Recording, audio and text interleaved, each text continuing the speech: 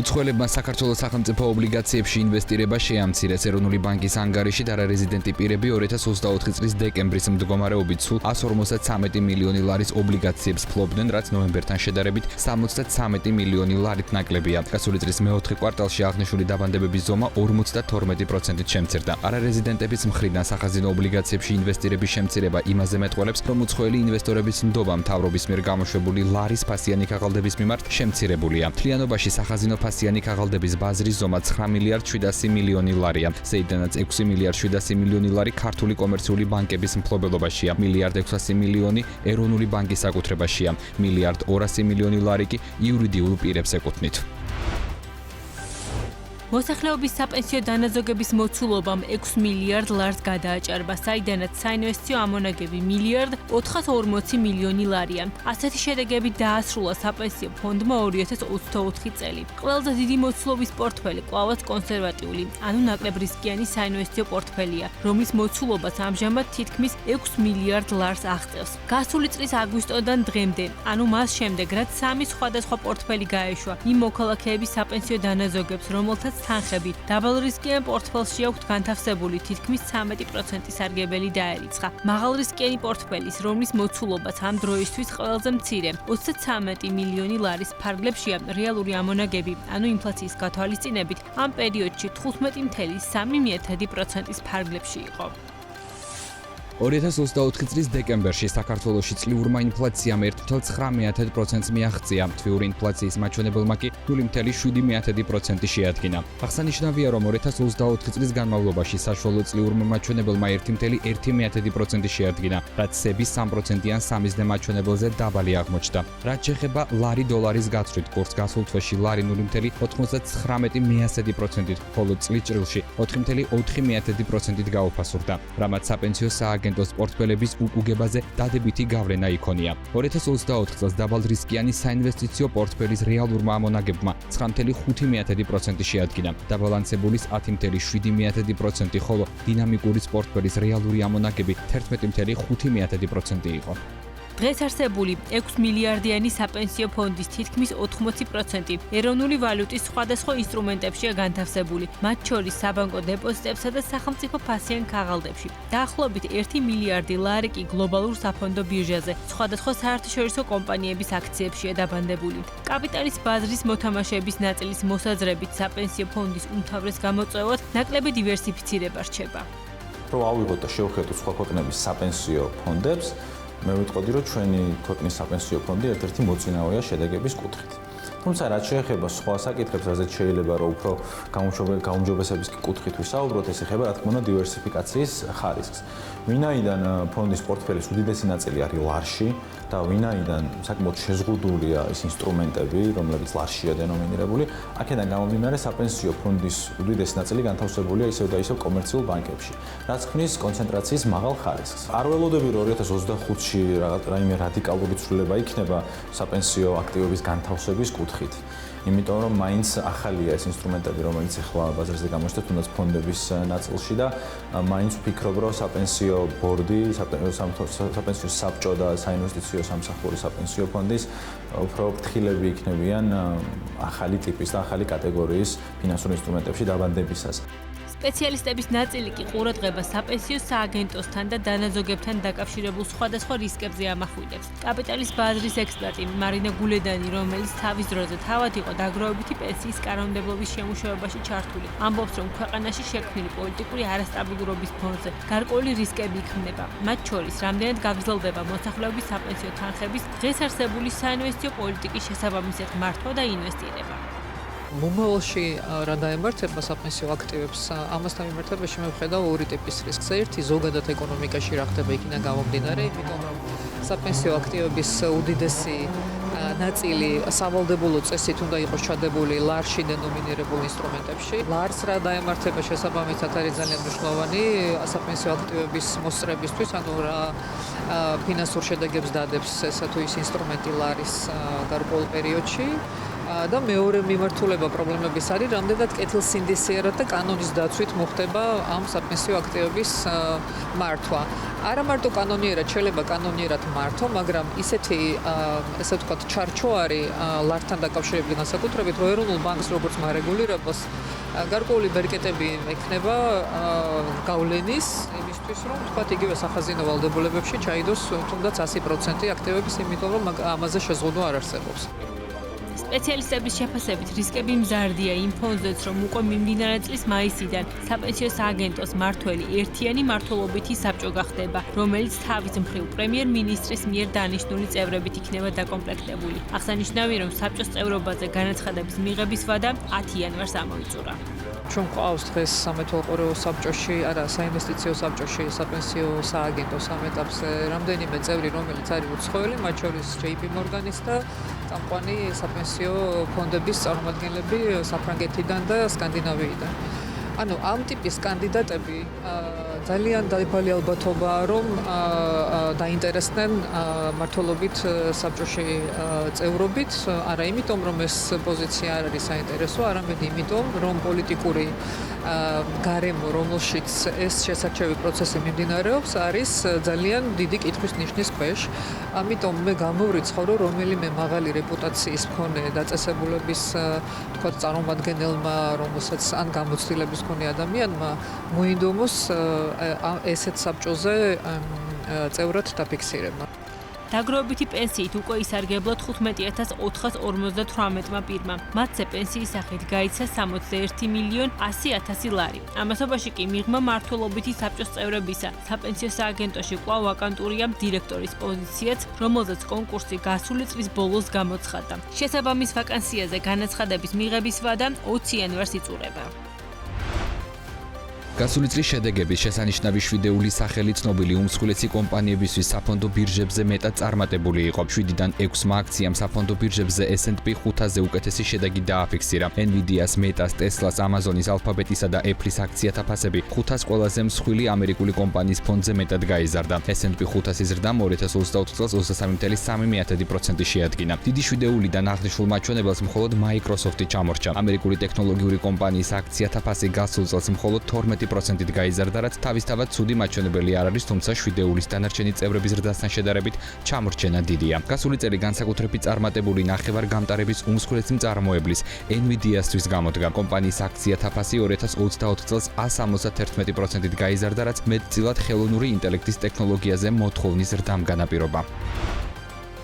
ლონდონის საფონდო ბირჟაზე განთავსებული ქართული კომპანიების მაჩვენებლებს რაც შეეხება, ბოლო ერთ კვირაში სამივე კომპანიის შემთხვევაში აქციების ფასის ვარდნა ფიქსირდება. საქართველოს ბანკის ჯგუფის აქციების ფასი 3.23%-ით შემცირდა და ამჟამად ერთი აქციის ღირებულება 45 გირვანკა სტერლინგია. კომპანიის საბაზრო კაპიტალიზაცია კი 2,200,000,000 სტერლინგია. ბოლო 6 თვეში კომპანიის საბაზრო კაპიტალიზაცია 3%-ით გაიზარდა. TBC ბანკის ჯგუფის აქციების ღირებულება 2,73%-ით შემცირდა. ბანკის ერთი აქცია 30 გირვანკა სტერლინგი ღირს. კომპანიის საბაზრო კაპიტალიზაცია ამჟამად 1,700,000,000 გირვანკაა. ბოლო 6 თვეში კომპანიის საბაზრო კაპიტალიზაცია 2,99%-ით გაიზარდა. რაც შეეხება საქართველოს კაპიტალის აქციებს, ის 7,73%-ით შემცირდა. შედეგად ერთი აქციის ფასი 11 გირვანკა სტერლინგია. კომპანიის საბაზრო კაპიტალიზაცია ამჟამად 534 მილიონი გირვანკაა.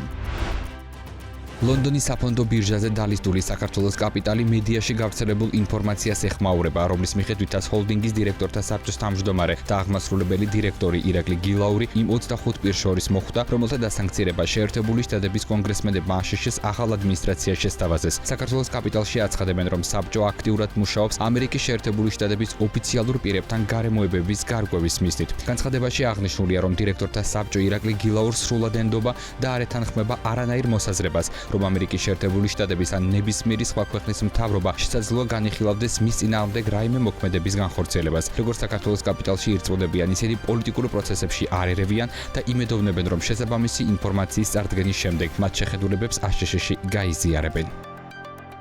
საქართველოს კაპიტალი არის ლონდონის საფონდო ბირჟაზე განთავსებული საჯარო კომპანია და მისი ძირითად აქციონერებს ამერიკის შეერთებული შტატებისა და ევროპის ინსტიტუციონალური ინვესტორები წარმოადგენენ. ირაკლი გილაურის ხელმძღვანელობით კომპანია იმართება კორპორაციული მართვის უმაღლესი სტანდარტების შესაბამისად. ჩვენ გვაკისრია პასუხისმგებლობა პირთა საკმაოდ ფართო წრის მიმართ და შესაბამისად. ჩვენი კომპანიის პოლიტიკა ყოველთვის ითვალისწინებდა ქვეყნის პოლიტიკურ პროცესში ჩაურევლობას. დირექტორთა საბჭოს გააჩნია სრული ნდობა ირაკლი გილაურისადმი და არ ითანხმება არანაირ მოსაზრებას, რომლის მიხედვითაც ამერიკის ან ნებისმიერი სხვა ქვეყნის მთავრობა შესაძლოა განიხილავდეს მის წინააღმდეგ რაიმე მოქმედების განხორციელებას. ჩვენ დარწმუნებული ვართ, რომ შესაბამისი ინფორმაციის წარდგენის და განხილვის შედეგად ნებისმიერი უფლებამოსილი ორგანო გაიაზრებს ჩვენს შეხედულებას. საქართველოს კაპიტალი აგრძელებს კორპორაციული მართვის უმაღლესი სტანდარტებით მოქმედებას და მიმართავს ყველა საჭირო ზომას კომპანიის და ირაკლი გილაურის მიმართ დაუსაბუთებელ ბრალდებებზე საპასუხოდ.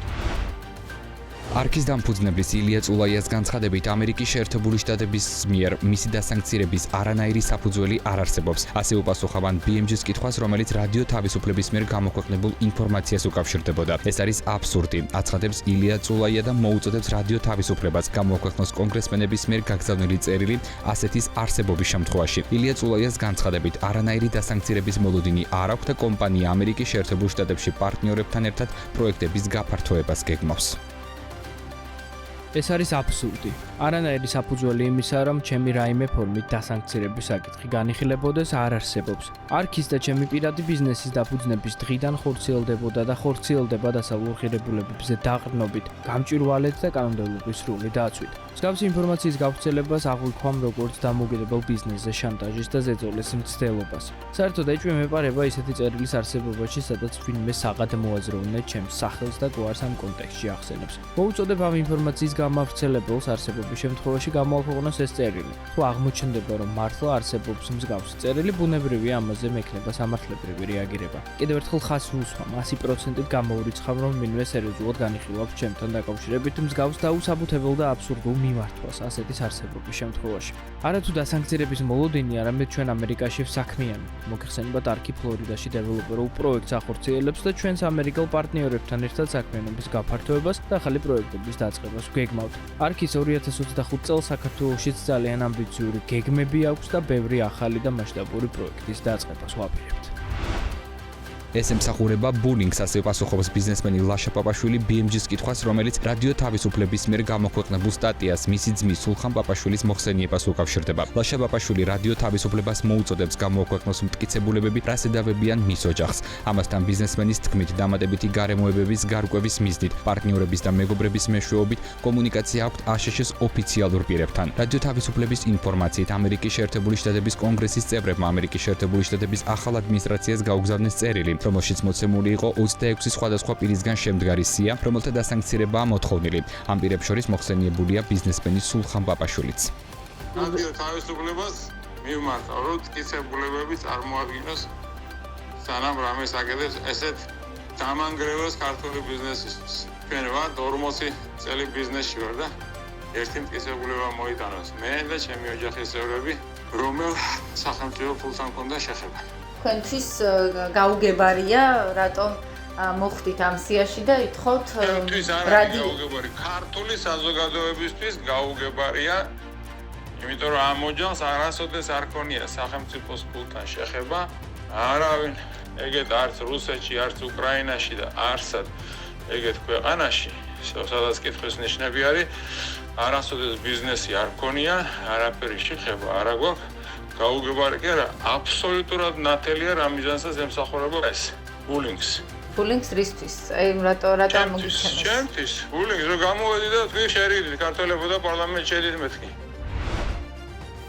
დეველოპერულ კომპანია VR Holding-ში ვერ ხვდებიან თუ რატომ შეიძლება ყოფილიყო მათი კომპანიის დამფუძნებელი ბიზნესმენი ნოშიკო ნამორაძე ამერიკის შეერთებული შტატების კონგრესმენთა მიერ მომავალი სახელმწიფო მდივნისთვის მარკო რუბიოსთვის საქართველოში დასანქცირებული პირების შესახებ გაგზავნილ სიაში. აღნიშნული სია გასული კვირის ბოლოს საკუთარ წყაროზე დაკმობით რადიო თავისუფლებამ გაავრცელა და მასში ძირითადად ქართულ ოცნებასთან დაახლოებული კერძო სექტორის წარმომადგენლები შედიან. საერთოდ ვერ ხვდებით, რატომ არის დასანქცირებულ ადამიანთა სიაში ან რა კავშირშია ყოველივე ამასთან ჩვენი კომპანიის დამფუძნებელი ნოშიკო ნამორაძე. თუმცა გასაგებია, მათი ხელწერაა. დემოკრატიის სახელით უნდათ რომ დასაჯონ ადამიანი განსხვავებული პოლიტიკური შეხედულებების გამორაც ჩვენთვის წარმოუდგენელი და მიუღებელია. ისინი აგრძელებენ იგივე მეთოდებით მუშაობას, როგორც 2012 წლამდე მუშაობდნენ. მეორე, VR Holdings გააჩნია სრული ნდობა ნოშიკო ნამორაძისადმი და არ ეთანხმება არანაირ მოსაზრებას, რომლის მიხედვითაც ნებისმიერი ქვეყნის მთავრობამ შესაძლოა მის წინააღმდეგ განახორციელოს რაიმე ქმედება, თუნდაც სანქცია. და ბოლოს, ჩვენი დამფუძნებელი იყო, არის და იქნება მყარ საკუთარ პოზიციაზე, რომელსაც ვერანაირი სანქცია, დაშინება თუ სხვა ბერკეტი ვერ შეაცვლევინებს. 2008 წელს არ დაშინებულა და ახლა ხომ საერთოდ სასაცილო ამაზე საუბარი. დღის განმავლობაში ანდრო ჭიჭინაძის დედასთან და აქტივისტებთან შეხვედრა იყო საქართველოსა და TBC ბანკებში. საქართველოს ბანკის სათავო ოფისში 12 საათზე არჩილ გაშეჩილაძესთან და ბანკის მენეჯმენტის სხვა წევრებთან ერთად საათნახევრიანი შეხვედრის შემდეგ მედიასთან ლიგა გუნცაძემ თქვა, რომ საქართველოს ბანკის გენერალური დირექტორისგან მიიღეს დასტური, რომ არ შეიზღუდება და არ დაისჯება არც ერთი თანამშრომელი, რომელიც 15 იანვარს გაიფიცება. ვისაც უნდა ის გამოვა, დააფიქსირებს თავის პროტესტს და შეგვიძლია რომ არავინ არ დაისჯება. ძალიან კონსტრუქციული საუბარი ჰქონდა. ეხლა ჩვენ ველოდებით ამის აღსრულებას და ნახოთ რა კომენტარს გააკეთებენ. მივიღეთ პასუხი, ისინი არასდროს არ უშლიდნენ თავიანთ თანამშრომლებს გამოხატვის თავისუფლებას და არც შეუშლიან მომავალში, ესე იგი არც 15-ში შეუშლიან ხელს და ამის დადასტურებას ველი. წელიწადია ეს კრიზისი, პატიმრები, სრულიად უდანაშაულო პატრიოტები, ახალგაზრდები სხედან ციხეებში და სწორედ ეს ახალი კომპონენტი გამაფრთხილებელი გაფიცვის სახით არის კიდევ ერთი მნიშვნელოვანი ეროვნული სიგნალი ივანიშვილისათვის, რომ მან დაინიშნოს ახალი არჩევნები ახალი ცესკოს პირობებში და გათავისუფლდნენ პატიმრები. 15 საათზე იყო დაანონსებული TBC ბანკთან საინიციატივო ჯგუფის წევრების საპროტესტო მსვლელობა, რომელთაც ვახტანგ ბუცრიკიძე შეხვდა. რეჟისორ პატა ციკოლიას ინფორმაციით TBC ბანკისგან მიიღეს პასუხი, რომ საკუთარი აზრის დაფიქსირებისთვის არც არავინ დასჯილა და არც დაისჯება. ქართულ ხალხს, ქართულ საზოგადოებას პირი აქვს უკვე დიდი ხანია შეკრული, რომ უნდა ცვლილება და მე მგონია, რომ 15 რიცხვის გამაფრთხილებელი გაფიცვა იქნება კიდევ ერთი ესეთი ძლიერი ნიშანი, რომ ჩვენ ვიცით რა გვინდა და რომ ჩვენ ნამდვილად შეგვწევს ძალა, რომ გავიმარჯვოთ და ეს გამარჯვების რწმენა კიდევ მეტად გაღვივდება ჩვენში და კიდევ ერთ ძალიან მნიშვნელოვან მორალურ ნაბიჯს გადავდგამთ. PSP ჯგუფი 15 იანვრის საყოველთაო გაფიცვას უერთდება და კომპანიას საქმიანობას 5 წუთით შეაჩერებს. განცხადებაში, რომელიც კომპანიის დამფუძნებელმა კახა ოქრიაშვილმა სოციალური ქსელით გაავრცელა, წერია, რომ PSP ჯგუფი უერთდება საყოველთაო გაფიცვას ორი მოთხოვნით. ჩატარდეს ახალი გამჭვირვალე უმაღლესი სტანდარტის საპარლამენტო არჩევნები და განთავისუფლდნენ პოლიტპატიმრები. ერთი სიტყვით ვითხოვთ სამართლიანობას, წერს ოქრიაშვილი. რა კი PSP ჯგუფი წარმოადგენს სამედიცინო კომპანიას, ჩვენ არც მორალური და არც სამართლებრივი უფლება არ გვაქვს, რამდენიმე საათით სრულად შევაჩეროთ მუშაობა. ამიტომ ვაჩერებთ ჩვენ საქმიანობას 5 წუთით. თუმცა ეს პროტესტიც იქნება იმგვარი, რომ ამ 5 წუთის განმავლობაშიც ერთმა მორიგე ფარმაცევტმა უზრუნველყოს გადაუდებელი შემთხვევების მომსახურება. წერია სოციალურ ქსელში გავრცელებულ განცხადებაში. საქართველოს ბანკი ყოველთვის იცავდა და დაიცავს საკუთარი თანამშრომლების გამოხატვის თავისუფლებას. ამასთანავე, როგორც ფინანსური ინსტიტუტი, გავაგრძელებთ ჩვენზე დაკისრებული პასუხისმგებლობის შესრულებას, მომხმარებლებს შეუფერხებლად მივაწოდოთ საბანკო სერვისები ნებისმიერ ვითარებაში. TBC, როგორც ლონდონის საფონდო ბირჟაზე რეგისტრირებული საერთაშორისო კომპანია, პატივს ცემს და განუხრელად იცავს მისი გუნდის წევრების კონსტიტუციით გარანტირებულ უფლებებს და თავისუფლებებს, მათ შორის გამოხატვის თავისუფლებას. საბანკო სერვისების შეუფერხებლად მიწოდება კრიტიკულად მნიშვნელოვანია საზოგადოების თითოეული წევრისათვის, მისი უზრუნველყოფაც ჩვენი, როგორც ფინანსური ინსტიტუტის უპირველესი პასუხისმგებლობა. TBC ყოველთვის იყო და რჩება საქართველოს ევროპული და ევროატლანტიკური ინტეგრაციის უპირობო მხარდამჭერი. საერთაშორისო ბაზარზე ნავთობის ღირებულება ბოლო 1 თვეში 10%-მდე გაიზარდა. შავი ოქროს ფასმა ზრდა 26 დეკემბრიდან დაიწყო და ბრენტის ღირებულებამ იანვრის შუა რიცხვებისთვის $81 გადააჭერბა. ანალიტიკოსები საერთაშორისო ბაზარზე ნავთობის გაძვირებას რუსეთის მისამართით ამერიკის შეერთებული შტატების სანქციების ამოქმედებით ხსნიან. ბრენტის ღირებულება უკვე $91 ნიშნულსაც კი უახლოვდება და ამას რამდენიმე ფაქტორი განაპირობებს. მთავარი ეს არის ამერიკის მხრიდან ახალი სანქციების დაწესება რუსული ჩრდილოვანი ფლოტის წინააღმდეგ, რაც არის საერთო ჯამში იმ ტანკერების ფლოტი, რომელსაც რუსეთი იყენებდა როგორც წესი ჩინეთისა და ინდოეთის მოსამარაგებლად და ვინაიდან ეს მიწოდების გზა არის შეზღუდული, ბაზარზე ჩნდება დამატებითი მოთხოვნა ამ ქვეყნების მხრიდან, რომელიც რუსეთის მხრიდან ვერ კმაყოფილდება, რაც იწვევს ხელოვნურად გაძვირებას ნავთობისა. ამას ემატება, რა თქმა უნდა, ზამთრის პერიოდით, რადგანაც ზამთარში როგორც წესი ენერგორესურსებზე ფასები ბუნებრივად იმატებს, თანაც ოპეკი მოგეხსენებათ მიწოდებას არა და არ ზრდის, თან ამასთან გვაქვს მოლოდინი საკმაოდ ნეგატიური პრეზიდენტ ტრამპის მოსვლასთან დაკავშირებით, რომელიც აანონსებს ახალ სანქციებს როგორც ჩინეთის, ასევე რუსეთის ფედერაციის წინააღმდეგ, ამიტომაც ინვესტორებს აქვთ მოლოდინი იმისა, რომ მომავალში შეიძლება ნავთობი კიდევ უფრო მეტად გაძვირდეს. ადგილობრივი ნავთობიმპორტიორები გვიხსნიან, რომ საქართველოში საწვავის გაძვირების რისკები არსებული მარაგების გათვალისწინებით არ არსებობს. ნავთობიმპორტიორთა კავშირის ხელმძღვანელის თქმით, ერთი თვის საწვავის მარაგით ფასების შენარჩუნება მოხდება.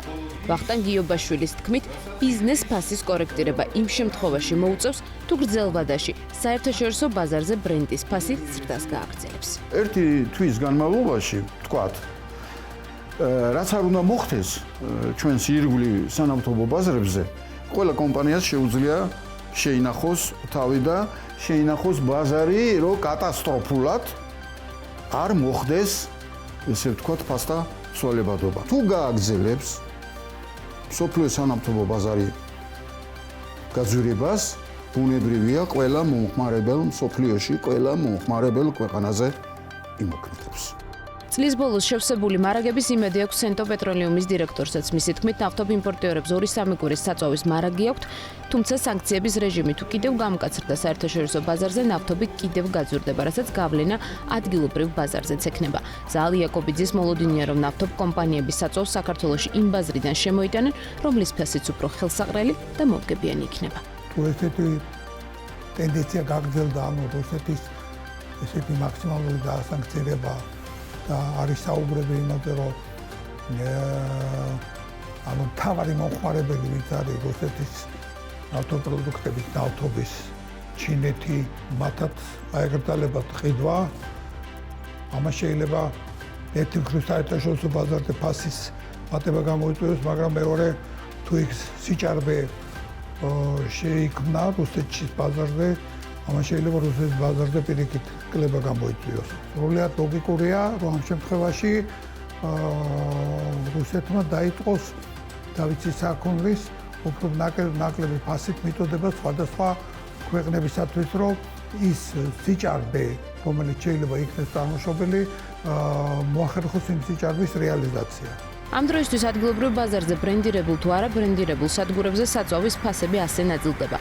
სუპერის ტიპის საწვავის ღირებულება 3 ლარი და 50 თეთრიდან 3 ლარსა და 55 თეთრამდე მერყეობს.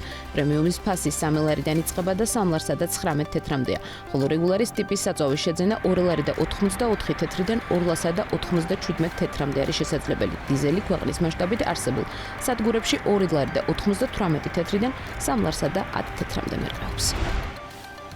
2024 წელს საქართველოში საქონლის საგარეო სავაჭრო ბრუნვამ 23 მილიარდ 429 მილიონი დოლარი შეადგინა, რაც წინა წლის მაჩვენებელზე 8%-ით მეტია. საქსეთის მიერ გამოქვეყნებული ვაჭრობის ექსპრეს მონაცემებით 2024 წელს ექსპორტი 7.8%-ით 6 მილიარდ 560 მილიონ დოლარამდე, ხოლო იმპორტი 8.1%-ით 16 მილიარდ 868 მილიონ დოლარამდე გაიზარდა. ექსპრეს მონაცემებით უარყოფითმა სავაჭრო ბალანსმა 2024 წელს 10 მილიარდ 308 მილიონი დოლარი შეადგინა, რაც საგარეო სავაჭრო ბრუნვის 44%-ია. ავტოიმპორტიორების განცხადებით საქართველოდან ავტომობილების ექსპორტი შემცირდა. მათი თქმით, ამის მთავარი მიზეზი ქვეყნისთვის ნომერ მეორე მთავარ სავაჭრო პარტნიორ ქვეყანაში ყაზახეთში ავტომობილების განვაჟების ტარიფების მოსალოდნელი ზრდა, რის გამოც ყაზახმა ავტოდილერებმა საქართველოდან ავტომობილების გაყვანისგან თავი შეიკავეს. ცვლილებები, რომელიც 1 იანვრიდან უნდა შესულიყო ძალაში არაოფიციალური ინფორმაციით 6 თვით გადავადდა, თუმცა საგადასახადო ცვლილებებთან დაკავშირებით შექმნილი გაურკვევლობა იმპორტიორების თქმით უკვე აისახა სტატისტიკაზე. მათი გათვლებით კლება ყაზახეთის მიმართულებით დაახლოებით 25-30%-ია. როცა იცოდნენ ავტომოვაჭრეებმა იმის შესახებ, რომ გამბაჟების ღირებულება უნდა გაზრდილიყო, ყველა იკავებდა თავს შესაბამისად ნოემბერი ოქტომბერი, ნოემბერი, დეკემბერი იყო ვარდნა, სადღაც იწყება 10%-დან და ადის დაახლოებით 30-35%-მდე კლება. ყაზახეთი ავტომობილებზე საბაჟო გადასახადის 58%-ით გაზრდას გეგმავს. ჯერ ოფიციალური წყაროები ინფორმაციას არ ავრცელებენ, თუმცა ბიზნესი ამბობს, რომ საგადასახადო ცვლილებები ივნისიდან შევაძალაში. მათი მოლოდინია, რომ ივნისამდე პერიოდში ყაზახი ავტოდილერები საქართველოდან ავტომობილების გაყვანას განაახლებენ, თუმცა შემდგომში გადასახადების ზრდა ბუნებრივია საქართველოდან ყაზახეთში რეექსპორტის კლებას გამოიწვევს. ობარია 58%-ზე, მაგრამ ასევე ყაზახური მხარე გვეუბნება, რომ ეს 58% ისედაც არსებობდა, ოღონდ კერძო ფიზიკური პირების შემთხვევაში, როდესაც ფიზიკურ პირს ყაზახეთის მოქალაქეში შეყავდა აქამდეც, ასე ვთქვათ, ქვეყანაში ავტომობილი, იგი ვალდებული იყო ეს თანხა გადაეხადა. ნუ იქ ცოტა რთული სისტემაა საგადასახადო თვალსაზრისით, თუ შევა ეს გადაწყვეტილება ძალაში, თუნდაც იმ 6 თვის შემდეგ, რა თქმა უნდა, ეს უარყოფითად იმოქმედებს ჩვენ რეექსპორტზე, ანუ ყაზახურ მოთხოვნაზე. 2024 წლის 11 თვის მონაცემებით ყაზახეთი საქართველოსთვის მთავარ საექსპორტო ქვეყნებს შორის მეორე ადგილზეა. მსუბუქ ავტომობილებს კი საქართველოს საგარეო ვაჭრობაში ნომერ პირველი პოზიცია უჭირავს. ამავე პერიოდში საქართველოდან 97,831 მსუბუქი ავტომობილი გაიყიდა, საიდანაც 78,5% ყირგიზეთიდან ყაზახეთზე მოდის. ძალიან მცირედი რაოდენობით არის შემცირება რეექსპორტის მიმართულებით. ეს რა თქმა უნდა ალბათ არის მოლოდინი ყაზახეთში და ყირგიზეთში საგადასახადო ცვლილებებთან დაკავშირებით, იყო რაღაც გარკვეული მოლოდინები და ამიტომ ცდილობდნენ ავტომობილების გაყვანა რაღაც დროით გადაეღოდებიათ, სადაც ეს არ გაერკვეოდა. მაგრამ ნუ სხვა ქვეყნებიდანაც, როგორც არის უზბეკეთი და სხვა შუა აზიის ქვეყნები, იქიდანაც არის საკმაოდ დაინტერესება და 2025 წელს გვაქვს მოლოდინი, რომ რეექსპორტის რაოდენობა გაიზრდება, ასევე ველოდებით აზერბაიჯანის საზღვრის გახსნას, რაც ძალსახად გაზრდის რეექსპორტის რაოდენობას. ქართულ ავტოიმპორტიორებს დღემდე საკმაოდ დიდ კონკურენციას უწევენ ყირგიზი და ყაზახი ავტოდილერები, რომლებსაც საქართველოში ავტომობილები ჩამოჰყავთ და ქვეყნიდან რეექსპორტის მიზნით თავადვე გახყავთ. შემოვიდა ფოთის სპორტში, ან ბათუმის სპორტში, წამოიყვანეს მანქანები, ჩამოიყვანეს საქართველოში გააკეთეს. და ეს კომპანიები არის ფიზიკურად ყირგიზების, ყაზახების, რუსთავში რომ ჩახვიდეთ, რუსთავის შესასვლელში მარცხენა მხარეზე ავტოსადგომებია დიდი და იმ ავტოსადგომებზე რომ შეხვიდეთ, თქვენ დაათვალიერებთ და ნახოთ, რომ ძალიან ბევრი ყაზახური კომპანია, ერთი თვიაგოა და ტრანზიტის და ტრანზიტის შემთხვევაში მოაქცევენ ტრანზიტად საქართველოს ტერიტორიაზე, ამ მანქანების შეკეთება მოხდება და გავა იგივე ყირგიზეთი, იგივე აზიის ქვეყნებში, აქედან საქართველოს არაფერი არ იქნება, იმიტომ რომ რეექსპორტის ვერ დაექვემდებარებენ თუ ტრანზიტია. ყაზახეთის ხელისუფლების მხრიდან საბაჟო ტარიფების გაზრდის პირობებში ქართველი ავტოიმპორტიორები აღნიშნული ბაზრიდან მოთხოვნის შემცირებას ელიან. ის რაზეც უკვე საუბრობს ბიზნესი, აისახა თუ არა ოფიციალურ სტატისტიკაში და შემცირდა თუ არა ჯამურად საქართველოდან ავტომობილების რეექსპორტი ყაზახეთის მიმართულებით მომავალ კვირას გახდება ცნობილი. ინფრასტრუქტურის სამინისტროს საავტომობილო გზების დეპარტამენტმა გარემოსდაცვითი შეფასების სამსახურს თბილისის შემოვლითი გზის წიწამური ავჭალის 6,5 კილომეტრიანი მონაკვეთის გზის დეტალური სქემა წარუდგინა, რომელიც 3,4 კილომეტრიანი გვირაბის გაყვანასაც ითვალისწინებს. თბილისის შემოვლითი გზის პროექტირების სამუშაოები ჯერ კიდევ 2017 წლიდან მიმდინარეობს და მასზე იტალიური საინჟინრო კომპანიები ANAS International Enterprise და IRD Engineering მუშაობენ. ახალი მაგისტრალის პროექტირება უკვე არაერთი წელია მიმდინარეობს. საავტომობილო გზების დეპარტამენტის გზის წიწამური ავჭალის 7 კილომეტრიან მონაკვეთზე რამდენიმე ალტერნატივიდან უკვე შერჩეულია ალტერნატივა, რომელიც 3,4 კილომეტრიანი პარალელური გვირაბების გაყვანას ითვალისწინებს. გზის ამ მონაკვეთთან დაკავშირებით საჯარო განხილვა მცხეთასა და თბილისში 18 თებერვალს იგეგმება. ამასთან დაინტერესებულ პირებსა და ორგანიზაციებს გზის მონაკვეთთან დაკავშირებით საკუთარი შენიშვნების თუ კომენტარების გარემოსდაცვითი დამხმარებლობის სამსახურში გაგზავნა 7 მარტამდე შეეძლებათ. თბილისის შემოვლითი გზის საპროექტო სიგრძე 50 კილომეტრია, ის მცხეთის ჯვრის მონასტრის მიმდებარედ დაიწყება. გვირაბის მეშვეობით ავჭალის გლდანის და თბილისის ზღვის მიმართულებით გაგრძელდება. შემოვლის რილოს დასახლებას და სამხრეთით რუსთავისკენ მიემართება. სწორედ ამ გზის მეორე ლოტი იქნება წიწამური ავჭალის გზის მონაკვეთი. საქართველოს ნავთობისა და გაზის კორპორაცია იმერეთში წყალტუბოს მუნიციპალიტეტში 25 მეგავატიანი ქარის ელექტროსადგურის პროექტის შესრულების შესაძლებლობას სწავლობს. განაცხადის თანახმად პროექტის KfW-ს დაფინანსებით განხორციელება განიხილება. პროექტის განხორციელების პირველ ეტაპზე GUGC გეგმავს დაიქირავოს საკონსულტაციო კომპანია, რომელიც მოამზადებს სრულ პროექტს და ეკონომიკურ-ტექნიკური დასაბუთების დოკუმენტს აღნიშნული ქარის ელექტროსადგურისთვის. დროებით ოკუპირებულ აფხაზეთს რუსეთი 5 მილიარდ 200 მილიონი რუბლით დაეხმარება. აღნიშნული თანხა დოლარში 48 მილიონია. ჯამში ოკუპირებული აფხაზეთის 2025 წლის ბიუჯეტი 17 მილიარდი რუბლია. დე-ფაქტო ფინანსთა მინისტრის ვლადიმერ დელბას ინფორმაციით, მოსკოვიდან გამოყოფილი თანხის დიდი ნაწილი სოციალურ-ეკონომიკურ განვითარებას მოხმარდება. მისი თქმით, ფინანსების ნაწილი ასევე მოხმარდება საჯარო სექტორის თანამშრომელთა ხელფასებისთან და დაფინანსებას. ცნობისთვის რუსეთმა 2024 წლის შემოდგომიდან აფხაზეთს დაფინანსება შეუჩერა. შეჩერდა მათ შორის ეგრეთ წოდებული საჯარო სექტორის თანამშრომელთა ხელფასებისთან და დაფინანსება. მიზეზი სხვა საკითხებთან ერთად ეგრეთ წოდებული საინვესტიციო შეთანხმების რატიფიცირების ჩაგდება იყო, რაც დე-ფაქტო დეპუტატებს მოქალაქეების პროტესტის გამო მოუწიათ. სექსტატის 2024 წლის 11 თვის მონაცემებით ავტომობილების შემდეგ ფეროშენადნობები საქართველოსთვის მეორე უმსხვილესი საექსპორტო სასაქონლო ჯგუფია. იანვარ-ნოემბერში ექსპორტზე წლიურად 113.3%-ით მეტი, 316 მილიონ 500.000 დოლარის ფეროშენადნობები გავიდა ექსპორტზე, რაც ქვეყნის მთლიანი ექსპორტის 5.3%-ია. ქართული ფეროშენადნობების ნომერ პირველი სარეალიზაციო ბაზარი თურქეთია. 2024 წლის 11 თვეში საქართველოს თურქეთში 153 მილიონი დოლარის ფეროშენადნობები გაყიდა. მეორე საექსპორტო ბაზარი კი ამერიკის შეერთებული შტატებია, სადაც 90 მილიონ 300.000 დოლარის ფეროშენადნობები გავიდა ექსპორტზე. სამეულში აეკვიპა 119 მილიონ 300.000 ამერიკული დოლარით. გასულ 2024 წელს 11 თვეში საქართველოს 10 მილიონ 700.000 დოლარის 2746 ტონა ნიგოზი იყიდა, რაც 2023 წლის საანგარიშო პერიოდის მაჩვენებელზე თანხაში 46.2%-ით მეტია. რაოდენობაში კი 59.6%-ით მეტი. საუბარია ნაჭუჭ გაცლილ კაკალზე. საქართველოსთვის ტოპ საიმპორტო ქვეყნებს შორის სამაუში უზბეკეთი, ჩინეთი და ყირგიზეთი ხვდება. იმპორტის პარალელურად საქართველოსდან კაკლის ექსპორტიც ხორციელდება. 2024 წლის 11 თვეში საქართველოს 1 მილიონ 820.000 ამერიკული დოლარის 153 ტონა ნიგოზი გაყიდა, რაც 2023 წლის მაჩვენებელზე თითქმის 100%-ით მეტია. საექსპორტო ქვეყნების სამეული ასეთია: რუსეთი, სომხეთი, კატარი 42%-ით 909.000 დოლარამდეა გაზრდილი 2024 წლის იანვარ-ნოემბერში ნაჭუჭ გაუცვლელი კაკლის იმპორტი. ამ შემთხვევაში მთავარი იმპორტიორი ჩილეა, რომელსაც უკრაინა და არგენტინა მოჰყვებიან.